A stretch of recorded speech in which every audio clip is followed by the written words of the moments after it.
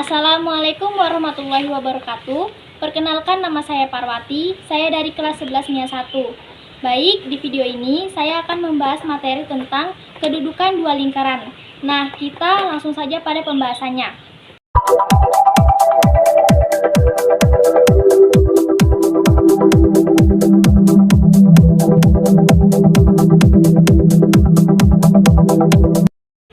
Jika misalnya terdapat dua lingkaran, yaitu lingkaran L1 dengan berjari-jari R1 dan lingkaran L2 dengan berjari-jari R2. Dan P1, P2 adalah jarak kedua lingkaran. Nah, ada beberapa kedudukan lingkaran di antaranya. Yang pertama, dua kedudukan sepusat. Gambarnya seperti ini.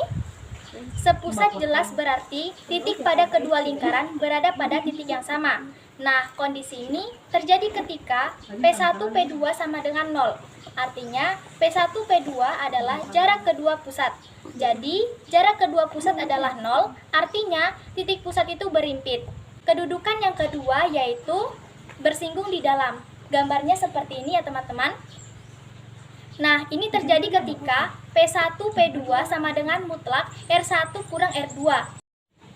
Kedudukan yang ketiga yaitu terletak di dalam. Gambarnya seperti ini. Nah, ini terjadi ketika P1, P2 kecil dari mutlak R1 kurang R2. Kedudukan yang keempat yaitu bersinggung di luar. Jadi kalian bisa lihat gambarnya. Ini juga terjadi ketika P1, P2 sama dengan R1 tambah R2. Kedudukan yang kelima yaitu saling lepas, artinya tidak berpotongan atau lingkaran kecil berada di luar lingkaran besar. Nah, ini terjadi ketika P1, P2 besar dari R1 tambah R2. Kedudukan yang keenam yaitu berpotongan. Gambarnya seperti ini. Nah, kondisi ini berpotongan dengan lingkaran kecil, pusatnya berada di dalam lingkaran besar. Ini terjadi ketika P1, P2 besar dari R1 tambah R2, kecil dari R1 kurang R2. Kedudukan yang ketujuh yaitu berpotongan tegak lurus. Nah, gambarnya seperti ini.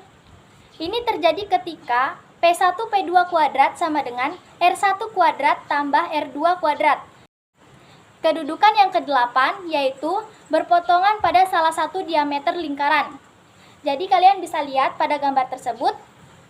Ini terjadi ketika P1, P2 kuadrat sama dengan R1 kuadrat kurang R2 kuadrat. Saya akan membahas hubungan kedudukan dua buah lingkaran.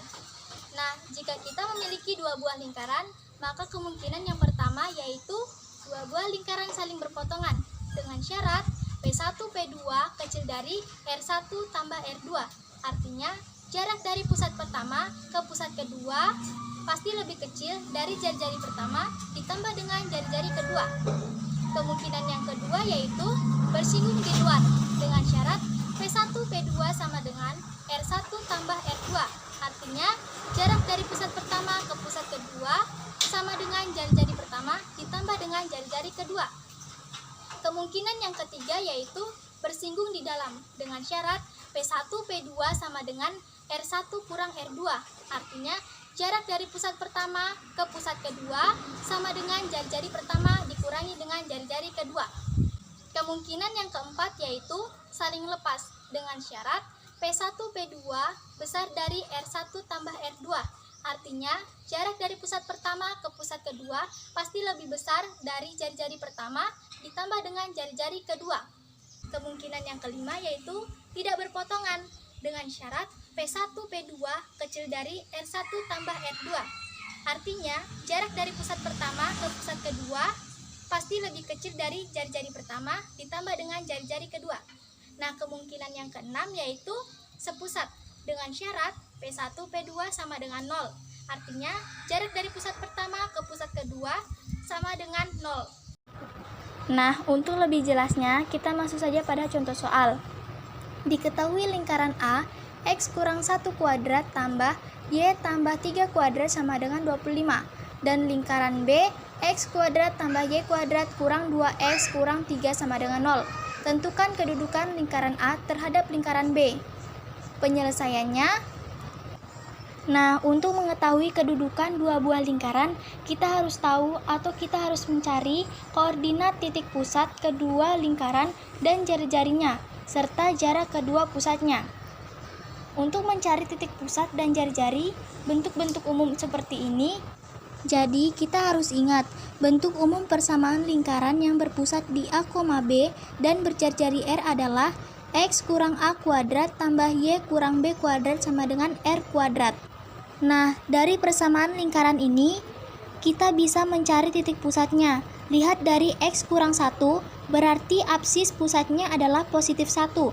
Dan Y tambah 3 berarti di sini sama saja dengan Y kurang negatif 3. Berarti titik koordinatnya adalah negatif 3. Jadi, pusatnya di sini yaitu 1,-3. Nah, pada soal jari-jarinya yaitu 25, maka jari-jarinya di sini yaitu akar dari 25 yaitu 5. Nah, sekarang kita mencari jari-jari dan titik pusat lingkaran B. Nah, jika persamaannya seperti ini, X kuadrat tambah Y kuadrat kurang 2X kurang 3 sama dengan 0.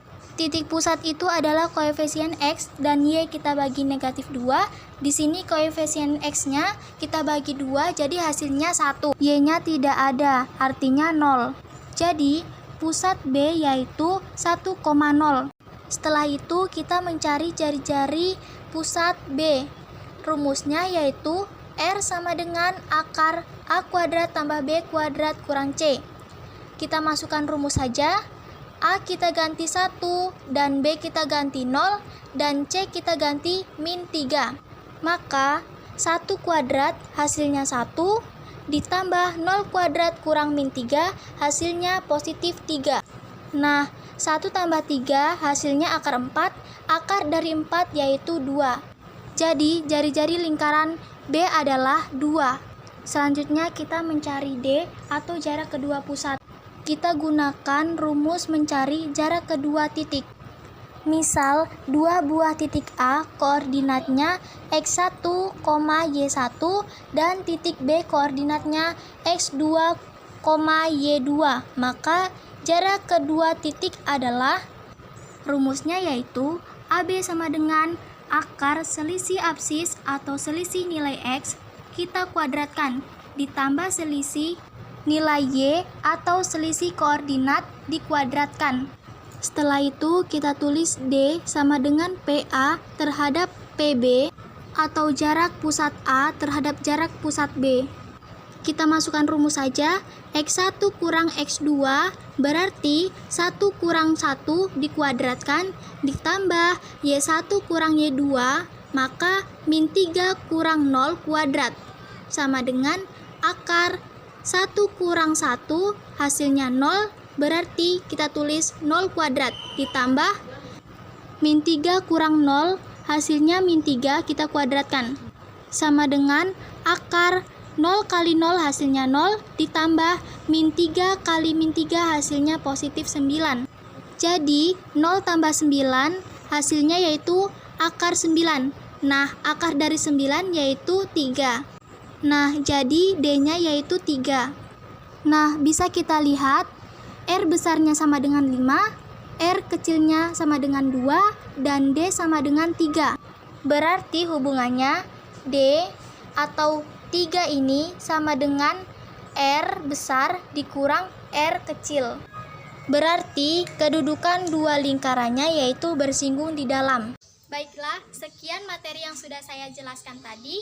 Mudah-mudahan bisa bermanfaat. Wabillahi taufiq wal hidayah. Wassalamualaikum warahmatullahi wabarakatuh.